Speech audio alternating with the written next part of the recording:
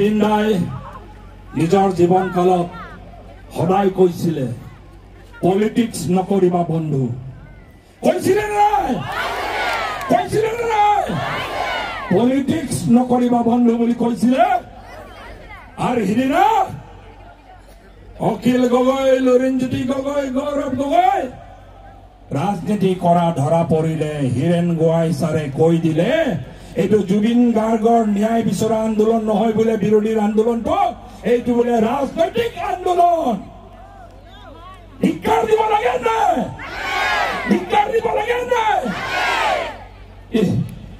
জুবিন দাৰ ন্যায় বিচাৰিব লাগে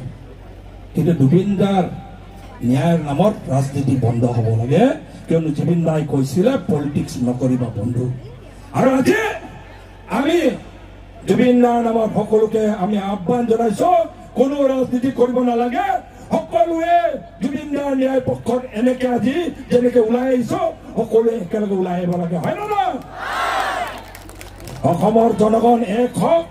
আৰু জুবিন দাৰ পক্ষত আমি সকলোৱে থিয় দি সোনকালে যেন ন্যায় পাওক তাকে আমি কামনা কৰিছো হয় না এই পখৰ ৰদত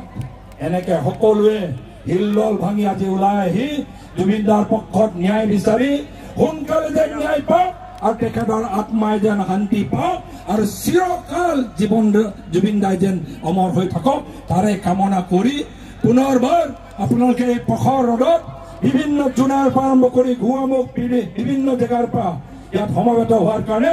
সকলোকে ধন্যবাদ জনাই জুবিন দাৰ পক্ষত ডাঙৰকে এটা হাত চাপৰি বজাই আমি এই মিটিং সামৰিব বিচাৰিছো জুবিন দা অমৰ হওক জুবিন দা অমৰ হওক জুবিন দা অমৰ হওক জয় জুবিন দা জয় জুবিন দা জয় জুবিন দা ধন্যবাদ আমি মিটিং ইমানতে সামৰিছো ধন্যবাদ